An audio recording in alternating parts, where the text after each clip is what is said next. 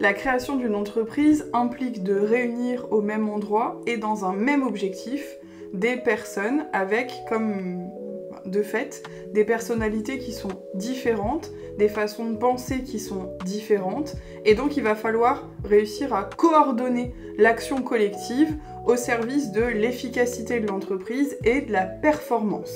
On va parler aujourd'hui de structure de l'entreprise, de coordination et des différents mécanismes de contrôle. C'est parti. Gérer une entreprise, concrètement, c'est quoi ? Finalement, il va y avoir plusieurs étapes, plusieurs volets à la gestion d'une entreprise. Il faut dans un premier temps être capable de répartir les responsabilités et les tâches entre les différentes personnes pour éviter les doublons ou alors à un moment les incompréhensions et les pertes de temps. Il va falloir donc coordonner l'action entre les différentes personnes et pour ça, il va falloir fixer des règles de fonctionnement. Certaines vont être réfléchies par le statut juridique et donc vont donner déjà des pistes aux règles de fonctionnement de l'entreprise par ce choix de statut. Donc pour le statut juridique, vous pouvez aller voir l'autre vidéo qui en parle, mais il va falloir aussi étoffer ce contenu de règles et venir y ajouter d'autres règles de fonctionnement qui vont permettre au fur et à mesure de fluidifier la transmission de l'information, gagner en efficacité et du coup rendre finalement le travail plus agréable aussi pour les personnes, qu'il n'y ait pas constamment des frictions, des incompréhensions, des pertes de temps inutiles. Pour ça, il va falloir régulièrement prendre des décisions qui sont à différents niveaux donc au sein de l'entreprise. On va venir détailler ces différents types de décisions et en dernier ressort, il va falloir aussi anticiper et donc apprendre à gérer les conflits puisque quand il y a à un moment des incompréhensions qui s'accumulent, des difficultés qui s'accumulent, il y a un moment où on rentre dans un conflit. Alors il existe différents types de conflits, on ne parle pas forcément de personnes qui se hurlent dessus, mais il va falloir aussi dans la gestion de l'entreprise prendre en compte le fait que mettre ensemble des personnes, ça fonctionne souvent bien et des fois ça explose, donc il faut penser à la gestion des conflits. Si je parle déjà de structure, donc au-delà de la structure juridique, il y a du coup la structure, on va dire, fonctionnelle de l'entreprise. On a différents types de structures. On en a une qu'on a tous en tête, qui est la structure hiérarchique, vous savez, la structure en forme de pyramide, qu'on appelle d'ailleurs structure fonctionnelle, c'est-à-dire qu'elle est basée sur les différentes fonctions dans l'entreprise, donc telle que nous on la connaît, on voit bien le fonctionnement à la fois par niveau hiérarchique et par secteur d'activité, donc vous avez souvent des répartitions qui sont faites par service, et donc en fait par cœur de métier, et qui permettent de répartir l'entreprise comme ça. C'est-à-dire qu'on sait qu'au niveau des validations et des décisions, les décisions sont prises à des niveaux de plus en plus importants, donc plus les décisions sont importantes et plus elles sont prises à des niveaux élevés et plus les décisions sont reliées au terrain opérationnel rapide et concrète et plus elles sont associées à des niveaux hiérarchiques qui sont moindres, ce qui ne veut pas dire du tout que c'est moins important, ça veut simplement dire que la coordination majeure intervient à des niveaux hiérarchiques qui sont plus élevés pour permettre une cohérence sur tout le fonctionnement de la pyramide, alors que les décisions dites opérationnelles sont des décisions qui sont prises à un niveau moindre parce qu'elles répondent aux besoins du terrain et des fois aux besoins d'un secteur particulier de l'entreprise. Il y a des décisions opérationnelles qui vont concerner le secteur RH qui n'auront rien à faire avec le secteur commercial par exemple. Au niveau des modes de fonctionnement, on observe de plus en plus qu'on a des mutations de l'environnement de travail et heureusement puisqu'en fait le fonctionnement de l'entreprise suit le fonctionnement de la société. Donc là où on avait quelque chose qui avant était d'un point de vue sociétal très hiérarchisé et très distinct, on a de plus en plus des formes de société qui sont un peu plus explosées puisqu'en fait l'objectif va être différent. On va parler de deux statuts particuliers. On en a une qui est dite la structure, alors on a différentes façons de l'appeler, mais disons que d'un point de vue technique, on appelle ça la structure matricielle. C'est celle qu'on associe souvent à la structure par projet, c'est-à-dire qu'en fait, on va découper l'organisation de l'entreprise en fonction des différents projets, ce qui fait qu'on ne sera pas regroupé forcément par secteur, mais on sera regroupé à un instant T par projet, et on va bouger comme ça au sein de l'entreprise en fonction des différents projets et des responsabilités qui nous sont données. Ça veut dire que c'est une organisation qui va être beaucoup plus fluide, beaucoup plus adaptable qu'un fonctionnement hiérarchique, ça peut aussi amener d'autres difficultés, c'est-à-dire des fois une perte de clarté sur les rôles des uns et des autres. Donc ça veut pas dire que c'est mieux, mais en tout cas c'est une nouvelle façon de concevoir finalement l'entreprise et de la matérialiser. On a aussi une autre structure qui est dite par division. Ça se voit par exemple sur des entreprises qui sont gérées de façon un petit peu indépendante, notamment d'un point de vue géographique, où chaque structure d'un point de vue géographique aura sa propre organisation interne, et où en fait elles sont chapeautées à un niveau central derrière, mais pour autant elles ont un fonctionnement interne qui est plutôt indépendant. Ça marche aussi quand vous avez différents marchés au sein d'une même entreprise, donc là on pourrait avoir une structure qui est aussi divisionnelle. Maintenant que la structure a été mise en place, vous avez choisi une structure juridique, une structure opérationnelle de votre entreprise. Il va falloir aller plus loin dans le quotidien, puisqu'on a dit l'objectif, ça va être de mettre ensemble des humains et des moyens pour atteindre un objectif de la meilleure manière. Donc il va falloir aussi en interne essayer de mettre en place des façons de faire, des modes opératoires. Je reprends toujours cet exemple-là, mais de la même manière que quand vous avez un meuble Ikea à monter, vous avez, alors Ikea ou peu importe, but, ce que vous voulez, mais quand vous avez un meuble à monter, vous avez un tutoriel de montage, une notice de montage. Là, il va falloir en fait une notice de travail. Donc ça s'appelle en entreprise des processus. On en parle énormément puisqu'en fait, là où avant, on avait un fonctionnement donc, qui était axé énormément sur le résultat. On a eu peu à peu, notamment dans le secteur industriel, quand on parle du Fordisme par exemple, on a eu des mises en place de process qui visaient à cadrer énormément les choses, à répartir et à diviser les tâches pour essayer de gagner en efficacité. Finalement, cette réflexion autour des processus s'est complètement généralisée et vient maintenant infuser la totalité des secteurs de l'entreprise, puisqu'on va essayer de mettre en place au maximum, quand c'est possible, des process qui vont nous permettre à la fois de gagner en efficacité, puisqu'en fait, au-delà de réfléchir à chaque fois à la tâche que je dois réaliser, en fait comme une recette de cuisine, j'ai fini la tâche numéro 1, je passe à la tâche suivante, et en plus de ça, ça donne une cohérence à l'entreprise, puisque ça va permettre d'homogénéiser et d'harmoniser en fait dans l'entreprise les fonctionnements des différentes personnes. Encore une fois, on est humain, on est tous différents au sein d'une entreprise. On peut pas se permettre, alors des fois c'est un avantage, mais la plupart du temps non, on peut pas se permettre d'avoir des fonctionnements dans une situation qui est identique, qui vont être complètement différents simplement parce que c'est pas les mêmes personnes qui gèrent. Parce que le client en face, il s'en fiche que ce soit monsieur machin ou madame bidule qui s'occupe de lui. Ce qu'il veut, c'est avoir un résultat. Et s'il a aimé le process la première fois, il n'a pas envie que ça en change puisqu'on déteste la nouveauté et qu'on aime bien nos petites habitudes. Au niveau des process, donc en fait, je l'ai expliqué, on a des process qui vont être mis en place à tous les niveaux hiérarchiques et sur tous les secteurs d'activité de l'entreprise, ils vont être contrôlés par les différents types de décisions. Donc je le disais tout à l'heure, on a différents niveaux de prise de décision. On va les rappeler simplement, je les ai déjà brièvement évoqués tout à l'heure, en tout cas j'en ai évoqué certains. On a 3 niveaux principaux au niveau des décisions qui sont prises. Le premier niveau, c'est ce qu'on appelle les décisions stratégiques. Ça fonctionne quel que soit le type de structure d'ailleurs. Les décisions stratégiques, c'est les décisions majeures qui vont être prises sur le long terme. Donc on parle là en principe de plusieurs années. L'idée, ça va être d'avoir une vision en fait, un objectif à atteindre et un fonctionnement de l'entreprise qui va être orienté en fait en fonction de ces objectifs. Donc on va prendre les grandes orientations qui vont ensuite venir se décliner au niveau inférieur, alors j'aime pas ça, mais en tout cas au niveau plus opérationnel. Justement, on a un niveau de décision intermédiaire qui est celui en fait du management intermédiaire, donc en gros des chefs de service, qui va être ce qu'on appelle le management tactique.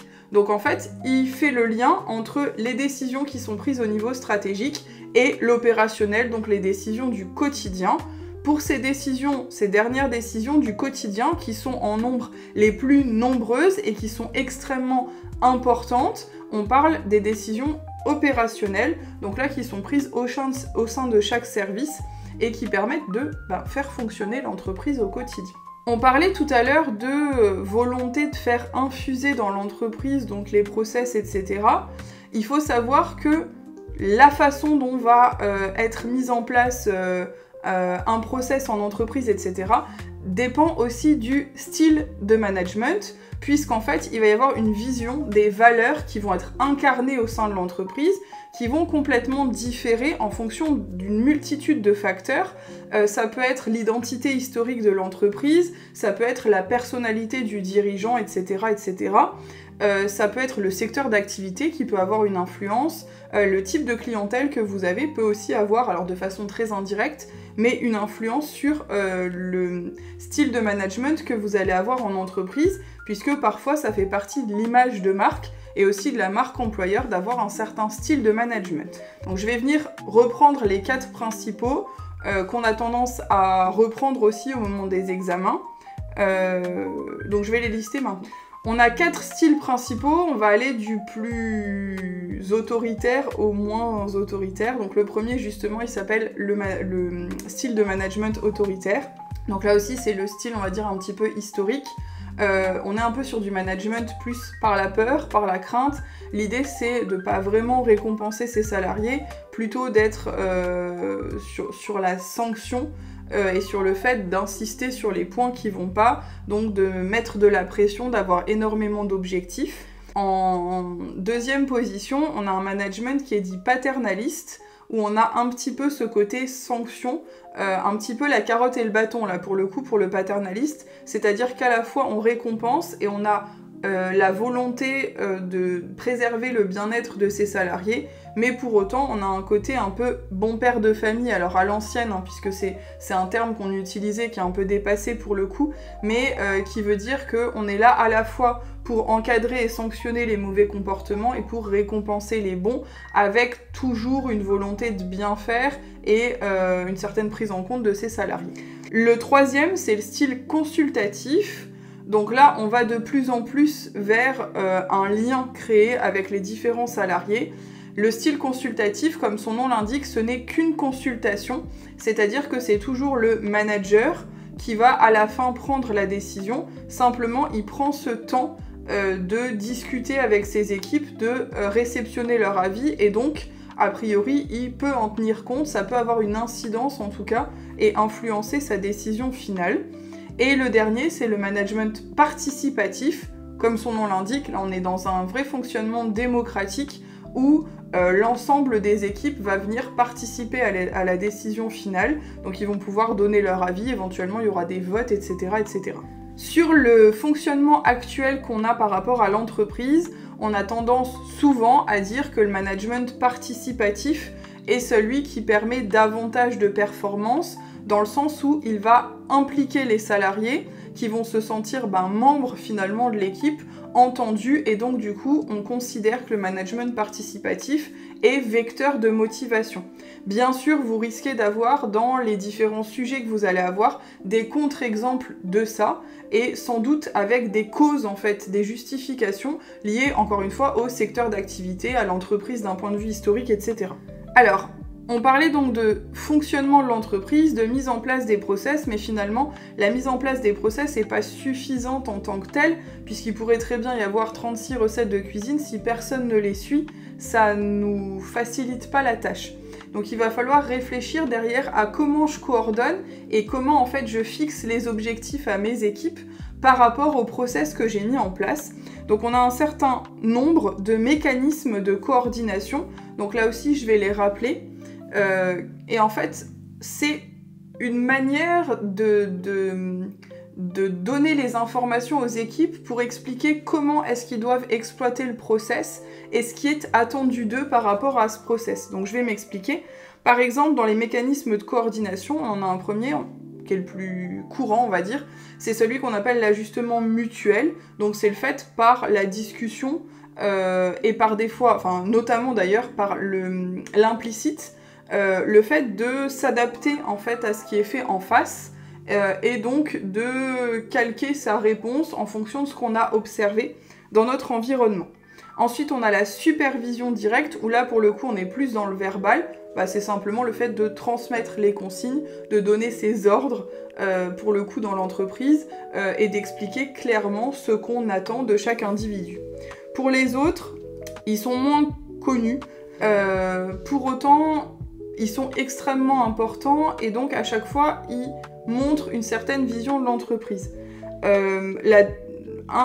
Les derniers, c'est des mécanismes de standardisation, on en a différents.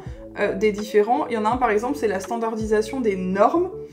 C'est le fait d'avoir des normes et des valeurs communes. Donc en fait, ça va être dans l'entreprise le fait d'agir d'une certaine manière.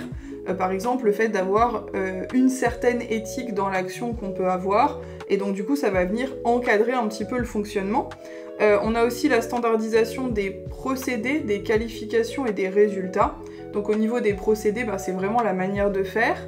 Au niveau des qualifications, c'est le fait d'avoir un standard au niveau des diplômes par exemple, ou des compétences que les salariés ont pour avoir des profils de salariés qui sont un petit peu identiques. Et enfin, la standardisation des résultats, c'est simplement qu'on se fiche un petit peu de la manière dont vont être réalisées les actions dans l'entreprise. Ce qui nous intéresse, c'est qu'à la fin, les salariés soient arrivés au même résultat. Alors ça, finalement, c'est en théorie. Tout ce que je viens d'expliquer, alors oui, bien sûr, c'est la volonté au niveau de la direction et du fonctionnement général de l'entreprise d'avoir donc une structure, différents process, des mécanismes de coordination, un style de management qui sont déjà cohérents de base. Simplement, il faut nuancer ce propos, puisqu'en fait, je l'ai expliqué dès le départ, on est dans un agrégat d'humains qui ont tous des façons de fonctionner, des âges, des milieux de vie, un environnement, des opinions qui sont différents. Et donc, du coup, ça peut être un joyeux bazar, pour le coup, de les mettre ensemble. Et donc, il y a eu des théories qui ont été développées là-dessus, sur comment fonctionnent les humains en entreprise. Et on s'est rendu compte qu'en fait, en fonction des catégories dans l'entreprise, alors peu importe, mais si par exemple je prends la partie conseil d'administration dirigeant et la partie salarié, vous allez en avoir certains qui vont, en tant qu'associés dans l'entreprise, recevoir des dividendes, d'autres qui vont recevoir un salaire. Ils n'ont pas les mêmes intérêts. C'est-à-dire qu'au niveau de la répartition des gains de l'entreprise et de la richesse de l'entreprise, chacun va vouloir capter à soi la plus grosse part en considérant que c'est son intervention qui a permis à l'entreprise de grossir. Donc en fait, la difficulté supplémentaire en entreprise, ça va être de réussir à équilibrer, à faire une balance pour essayer de satisfaire en permanence des intérêts qui sont divergents.